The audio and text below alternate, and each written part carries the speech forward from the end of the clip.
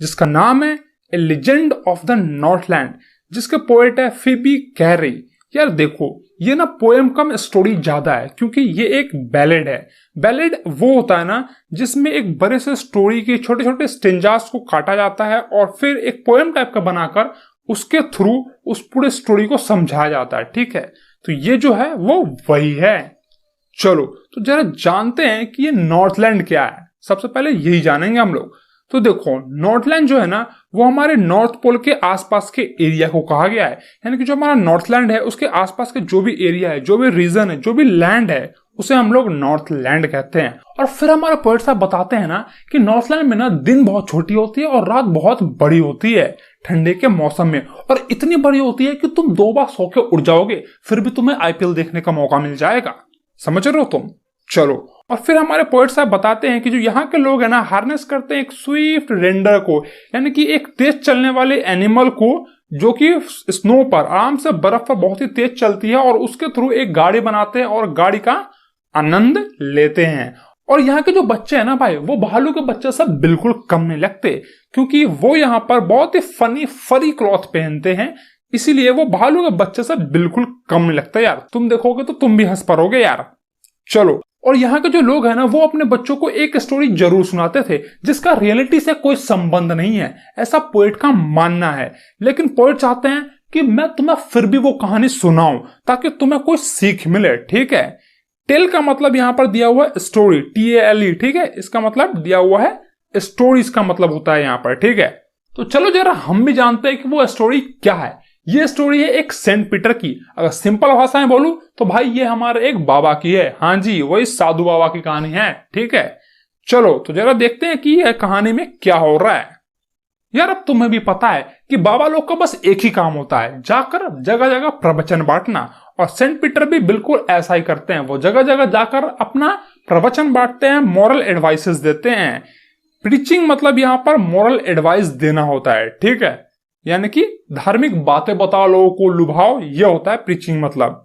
चलो तो यार वो ये सब प्रवचन देते देते एक जगह पे पहुंचते हैं, एक डोर पे पहुंचते हैं, कॉटेज के डोर पे पहुंचते हैं, जहां पर उन्हें ना एक औरत दिखती है जो कि केक बना रही होती है। और बाबा सुबह से भूखे होते हैं, कुछ उन्होंने खाया नहीं होता है, इसलिए उन्हें भूख लग जाता है। और फिर वो औरत से कहते हैं कि क्या तुम मुझे एक केक दोगी? तो वो औरत भाई मना भी नहीं कर सकती थी, क्योंकि यार बाबा ने मांगा है और मना कर देंगे तो शराब दे देंगे। तो वो जाती है अपने घर में और एक छोटा सा केक बनाती है। ठीक है, और केक बना, जब केक तैयार हो जाता है तो बाबा को देने जाती है, तो वो केक उसे बहुत ही बड़ा लगता है। तो वो कहते हैं क्या भाई? फिर वो जाती है और उससे भी छोटा केक बनाती है, और फिर जब देने की बारी आती है तो वो और भी ज्यादा बड़ा लगता है।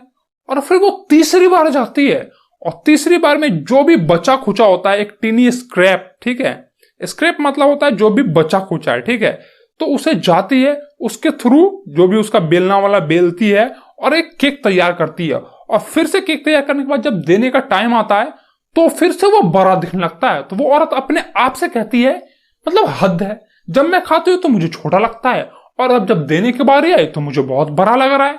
अबे ओ लालची औरत, जब खाते हैं तो सब चीज छोटा ही लगता है कमी है, और जब देने की बारी आती है तो फटके 4 हो जाती है। और वही इसके साथ भी हो रहा है। तो फिर ये सब हरकतें देख के बाबा को बहुत ही गुस्सा आ गया भाई। और बाबा का जब गुस्सा आता है तो तुम्हें भी पता है क्या होता है, उनका हाथ उठ जाता है, और उठने के बाद बस जुबान से एक ही चीज निकलती है, क्या? शराब।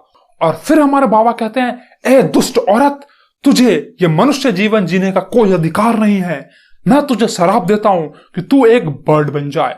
और फिर वो औरत एक बर्ड बन जाती है, एक वुड पिकर बन जाती है। और फिर बाबा कहते हैं कि अब तुम्हें पता चलेगा कि कितना मेहनत करना पड़ता है खाने के लिए, और तुम बहुत ही मेहनत करोगे अपने खाना पाने के लिए, लेकिन फिर भी तुम्हें खाने का बहुत ही कम नसीब होगा।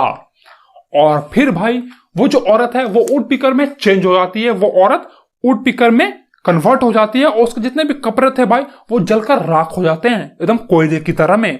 लेकिन फिर भी यार उसके सर पर एक ताज बच जाता है, मतलब कि यार एक कैप बच जाता है उसका, ठीक है। और भाई आज भी जब नॉर्थलैंड के बच्चे उस वुड पिकर को देखते हैं तो वो याद करते हैं कि ये कितनी मेहनत कर रही है अपना खाना खोने के लिए। वुड पिकर मतलब समझ रहे हो ना भाई, वो जो पेड़ पे चोंच मार मार के जो कीड़े वीरे नहीं खाती है, उसे वुड पिकर कहते हैं, ठीक है। और वो ऊँट पीकर आज भी उतनी ही मेहनत कर रहा है अपना खाना जुटाने के लिए। वो ऊँट को तोड़ता है, छेद करता है उसके अंदर, और उसमें से फिर वो कीड़े निकाल कर खाती है। और आंटी कैसा लग रहा है अब खाने में? हाँ, और दो छोटा केक दोगी? चलो यार देखो, इस कहानी का रियलिटी से तो कोई संबंध नहीं है, ऐसा पोएट का भी मानना है और ऐसा मेरा भी मानना है, और शायद तुम्हारा भी मानना यही होगा। लेकिन हाँ यार, बाबा से कभी दुश्मनी मत मोलना। पता चला वो भी हाथ उठा दे और बोले तथास्तु। यार बाबा को पैसे देने से और जाकर कहने से कि बाबा आज मेरा एग्जाम अच्छा चला जाएगा ना, ये कहने से अच्छा है कि भाई तू जाके पढ़ ले, समझा? वो कोई काम नहीं देने वाले बाबा तेरे को, समझे?